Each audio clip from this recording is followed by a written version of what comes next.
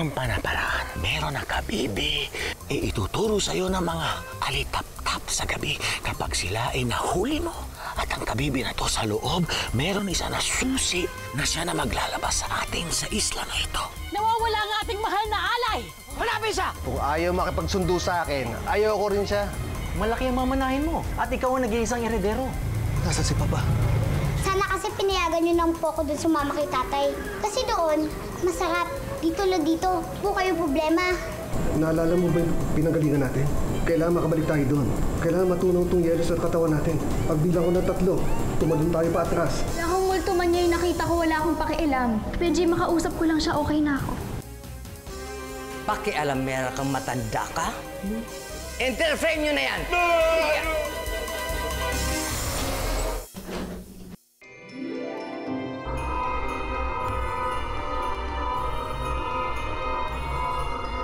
Bakit may lumitaw na timer sa langit? Di ba sabi ni Senyor Manolo, may oras lang na nandito yung pinto para makabalik tayo dun sa pinanggalingan natin. Baka yan yun. Eh, paano tayo makakalabas dito? Sarado na yung pinto. Nag-iisip ka ba? Siyempre, kailangan natin ang susi katulad dun sa islang pinanggalingan natin. Yan ka na naman eh. Nagtatanong lang naman ako, galit ka na naman. Hindi po ako galit. Nagpapaliwanag lang po ako. Okay, sige. Kailangan natin ng susi. Nasaan yung susi? Hindi ko alam.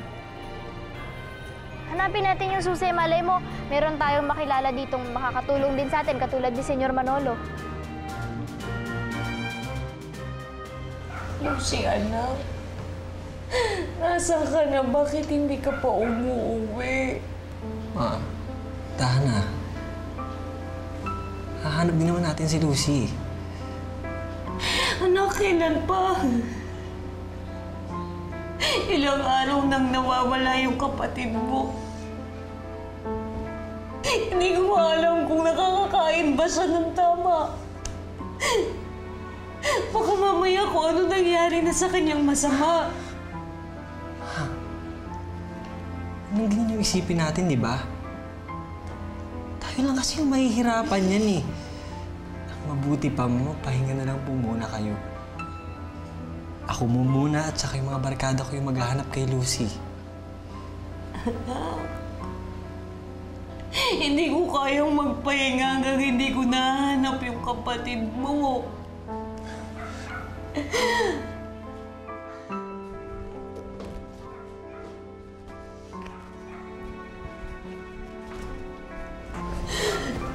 Ma, ginawa ko po ito gamit ang PC. Tapos, ginawan ko na lang po si Kuya Benji. Para po mas madali na natin silang dala. Miss na miss ko na po kasi si ate. Salamat. Anak, malaki maitutulong ito para madali nating mahanap ang kapatid ninyo. Salamat. Tulungan niyo kami! Tao po! Tulungan niyo po kami! Tao po! Tulungan niyo kami! Tao po!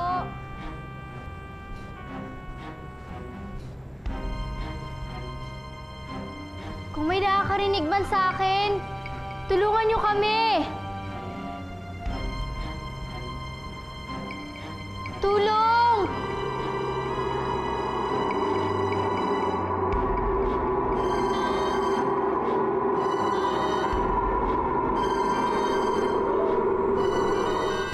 Kailangan po namin ng susi. Kung sino man kayo o kung ano man kayo, tulungan niyo kami.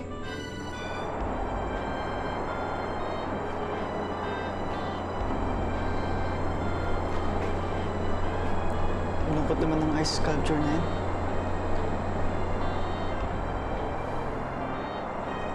Ay, tao. Tay, baka po siya po ang makatulong sa atin. Tay, humingi po tayo ng tulong. Tulong! Benji! Lucy? Tulong! Tulong! Tulong!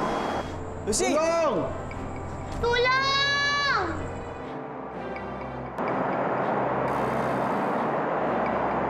Benji! Tama po ba yung narinig ko? May sigaw po ng pangalan ni Kuya Benji. Parang narinig ko nga eh. Pero, pumasok din siya sa loob ng bahay? Pero bakit? Baka po kasi na-miss niya po tayo. Matagal na din po kasi tayo hindi po nakakauwi dun sa home sweet home eh. Baka po hinahanap niya din po kasi tayo. Sana nga.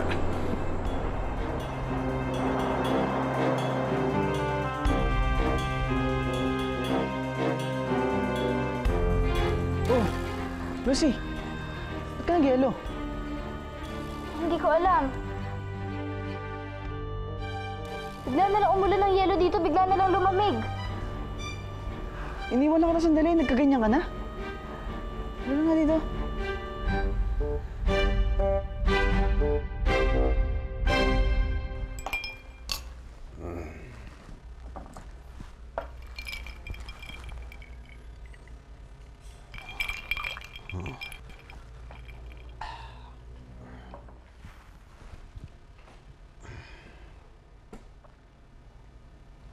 Sige, iwanan mo na ako.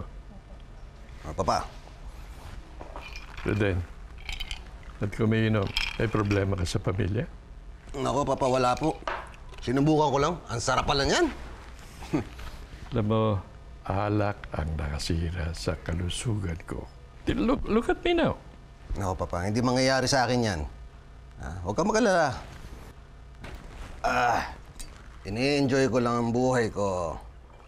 Eh, paano ka mag-e-enjoy di mo naman kasama ang pamilya mo? Tama si Tito Duarte, Reden. Bumalik ka na sa mag-iina mo. Sige ka. Baka iwanan ka ni Dulce. Di ba love mo yun? Alam nyo, ang kukulit nyo talaga. Di ba sinabi ko na sa inyo, hindi na ako babalik doon. Hihiwalayan ko rin yung pamilya ko. Huwag ka magsalita ng ganyan. Kasal kayo ni Dulce. May mga anak ka doon. Hindi mo basta-basta tatalikuran niyo mo. Ay, ako. Hindi nyo kausap. Doon muna ako.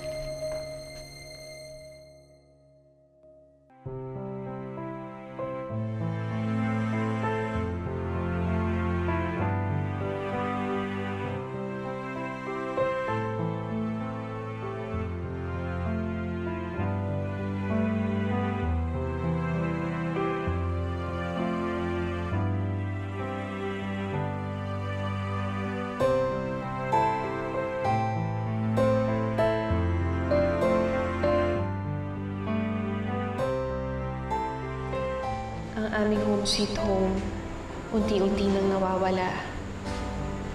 Kailan ba ulit magiging kompleto? Kailan ulit magiging masaya ang pamilya namin?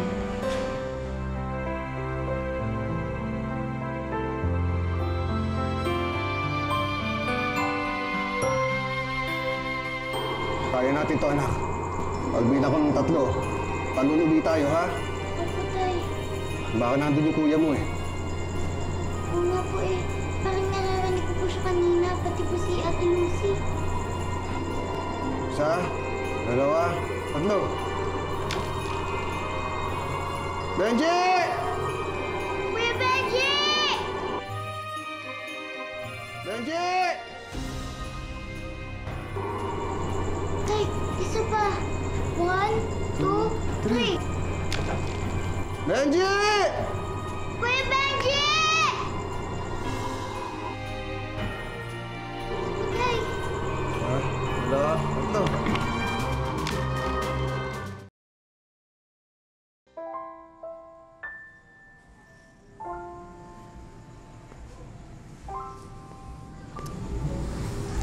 Good night, anak. Dulce! Reden? Dulce! Dulce! Reden? Reden? Reden, bumalik ka. Hindi mo rin kami natiis. Ano pa yung sasabihin mo? Masyado kang feeling eh. Kaya pupunta rito para sabihin sa'yo na nag-file na ako ng annulment. Ayoko na sa'yo.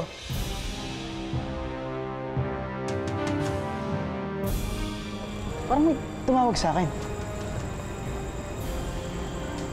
Sigurado ka? Oo. Teka, sandali. Di sila pwede makita.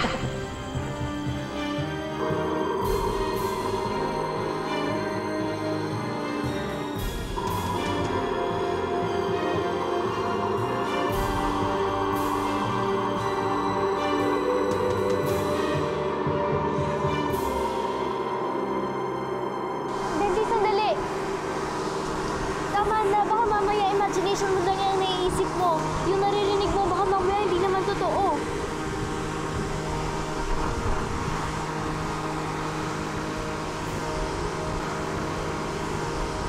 Baka guni-guni ko lang yun. Di ba maganda na tayo ng kahoy para magdigas tayo ng apoy. Medyo malamig na rin dito eh. Teka na.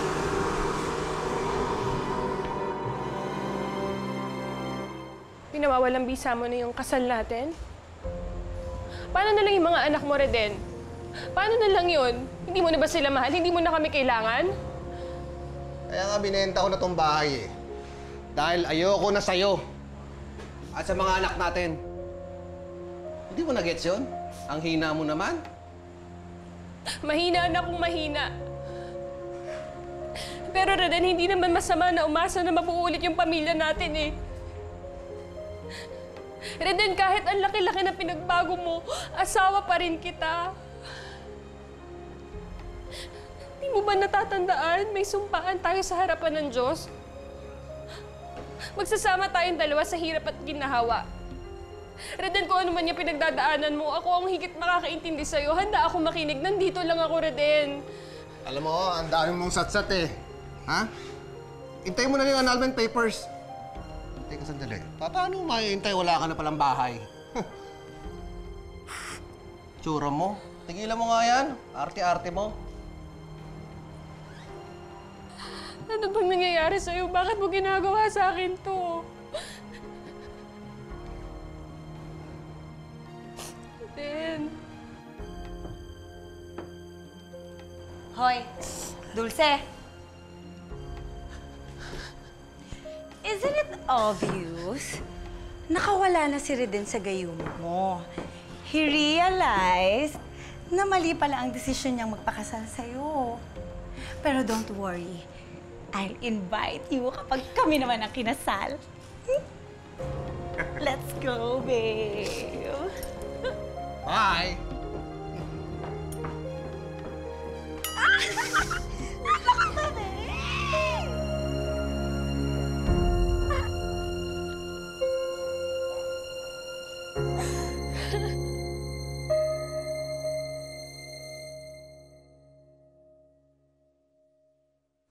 Naku!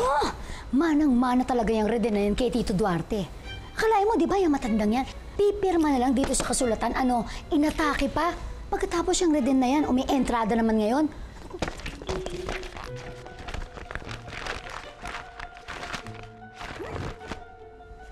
Oh, ate. Anong gagawin ko dito? Eh di punitin mo kung kaya mo. Ano pa ang silbi niyan? Wala na. Hindi na pipirmahan ni Tito Duarte yan dahil bumalik na yung prodigal son niya.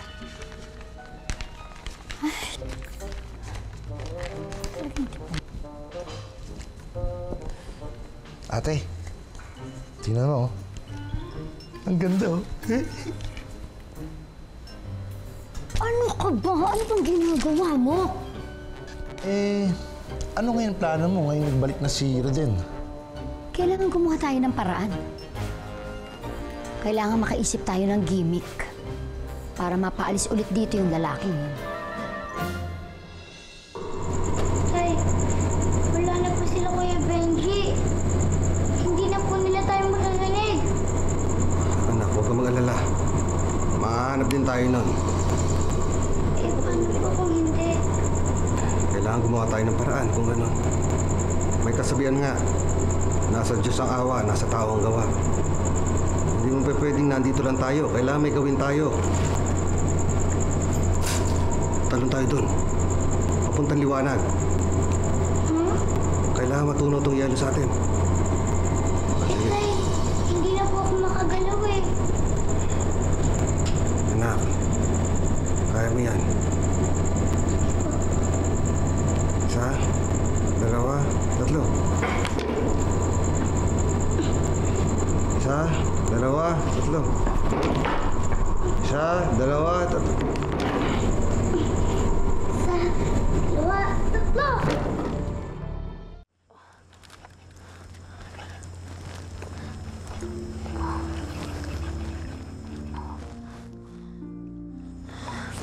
Kasi huwag nang galawin yan. Baka nga, paano ka pa eh. Ako nagagawa ng apoy. Sige na. Ano dyan?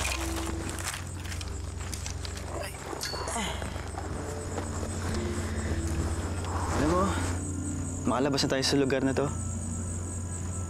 Pag nakabalik na tayo sa lumang bahay, makakauwi na tayo, Lucy. Pero hindi ko pa nakakausap ang papa ko. Eh, ang mama mo, yung kapatid mo, ayaw mo ba silang kausap?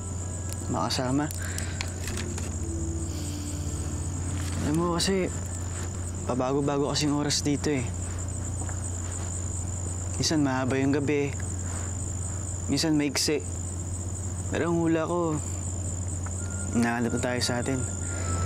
Gusto ko lang naman kasi makaharap ang papa ko. Alam ko yung nararamdaman mo. Ang tatay ko, nagbago rin siya. Kapareho ni Papa. Gusto ko na rin umuwi. Para makausap siya.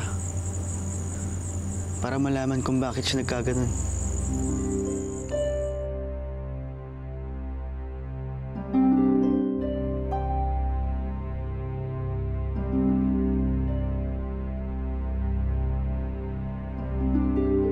Nawawala na nga yung panganay niya, nakuha pa niyang makipaghiwalay sa'yo. Eh, nasapian na yata ng demonyo yung asawa mo, Dulce. Sinabi mo pa. Eh, may paki mong ipangalandakan pa niya kay Dulce yung kabit niya? Hinay naman sa pagsasalita, Aling Gina.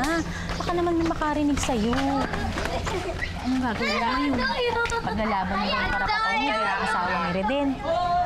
Para saan pa, di ba? Kung gusto niya nang tapusin yung pagsasama namin, wala naman ako magagawa dun eh. Ganun?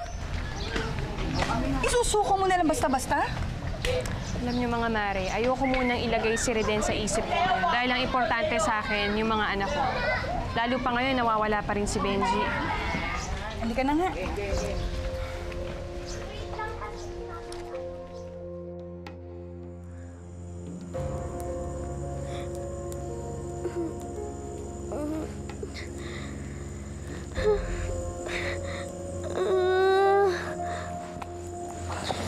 Lucy?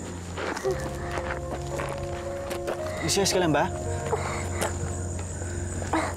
Sobrang lamig. Ha? Sandali. Ang ulo mo.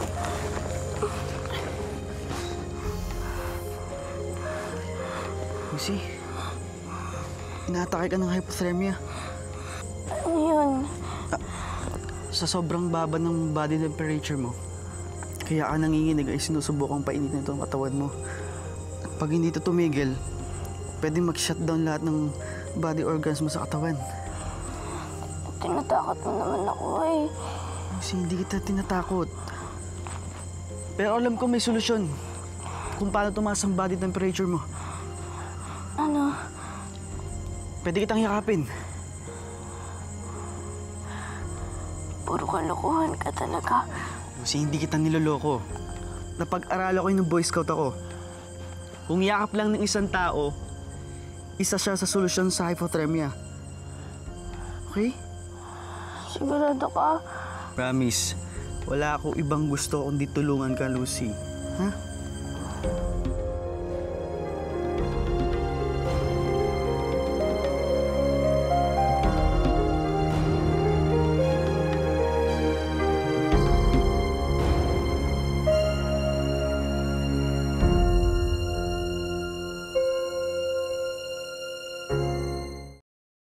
Ano ba naman yan? Sardinas at itlog ang kakainin natin? Anak, pagpasensyahan mo muna kasi wala na tayong budget eh. Healthy naman ang itlog tsaka fish, ate. At masarap pa. Hindi ako nasasarapan dyan. Jessie, pwede ba wag ka nalang maging mapili sa pagkain? Kumain na lang kayo ng kapatid mo. Alam mo, Nay, pati yung rice natin, walang laman kundi tubig. Ikaw ba talaga hindi ka na marunong magpo at opo? Hindi ba sinabi ko sa inyo na kailangan natin magtipid dahil konti na lang ang perang hawak ko? Ayun naman pala eh. May pera pa kayo. Huwag niyo kaming tipirin. Kung gusto niyo, tipirin niyo ang sarili niyo. Di po ba kayo po ang nanay namin? Ate, kumain ka. Huwag mo na pahirapan si inay. Alam mo, mas gusto ko pang magutom kaysa kainin yan. Ate! Kaya mo na, anak. Pabayaan mo na lang yung ate mo, ha? Ivan, mamaya iiwan ko kayo kay Aling Tiling. Gusto ko magpakabait kayo kasi kailangan ipagpatuloy ni Nanay ang paghahanap kay Kuya Benji, ha?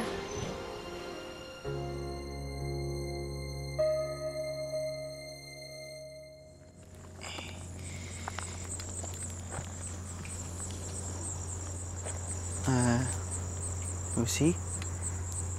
Oh, minom ka muna ng tubig.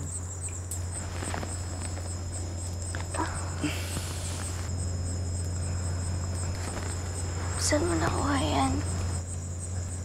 Pinakulo ko yung yelo dun sa pinagkakitaan ko sa'yo. Thank you. Parang tubig lang, thank you ka na agad. Hindi lang naman para dun eh. Thank you kasi dahil sa'yo buhay pa ako at humihinga dahil dun sa ginawa mo kagabi. Pati dun sa mga kanibal, niligtas mo rin ako. Wala yun eh.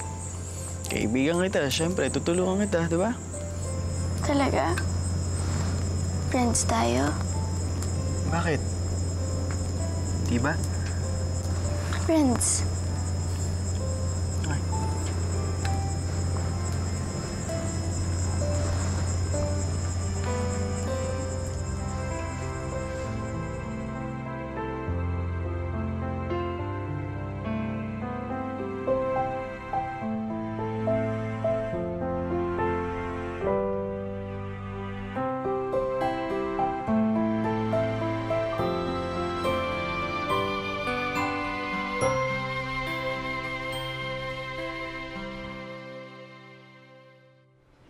This is bad.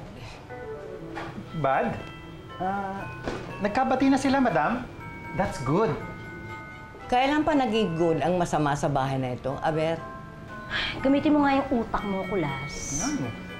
Pinapapasok natin ng mga tao sa lumang bahay na ito para masira ang buhay at pamilya nila. Clear? Crystal, madam. Pero bakit nga ulit natin ginagawa yun, madam? Dahil Kulas gusto ng bahay na ito. Kaya sige na, pakawalan mo na yung dalawang bata sa kanilang lungga. Go, go, go, go, go, go! Yes, madam. Mikay! Madam. Ang init. It's so hot. Really, it is.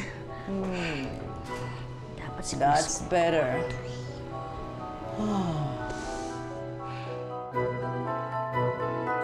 Kagabi, ang lamig-lamig ngayon naman. Sobrang init. Buti pa, hanapin natin yung susi para makaalis na tayo sa lugar na to.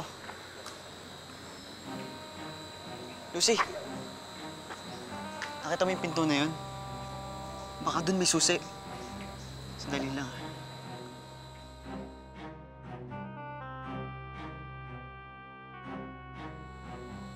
Papa? Papa! Papa!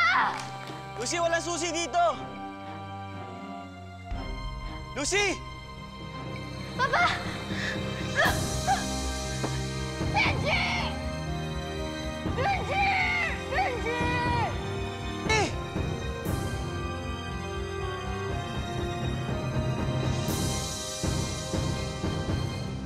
Anak, pwede na ba tayo mag-usap na dalawa? Ayoko nga makipag-usap sa'yo. Jessie, halika nga dito, ha? Halika dito. Sumosobra ka na eh, ha? Abusado ka na. Basta! Namamalo ka ng bata!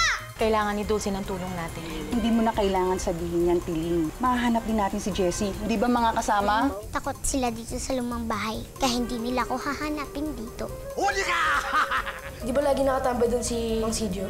Kung kinuha man niya si ate o kaya si Kuya Benji, then there's a big possibility na nandun sila sa lumang bahay. Susugurin niyo ang pamamahay ko? Let's see kung anong makikita niyo. Aling Basawa po! Wag!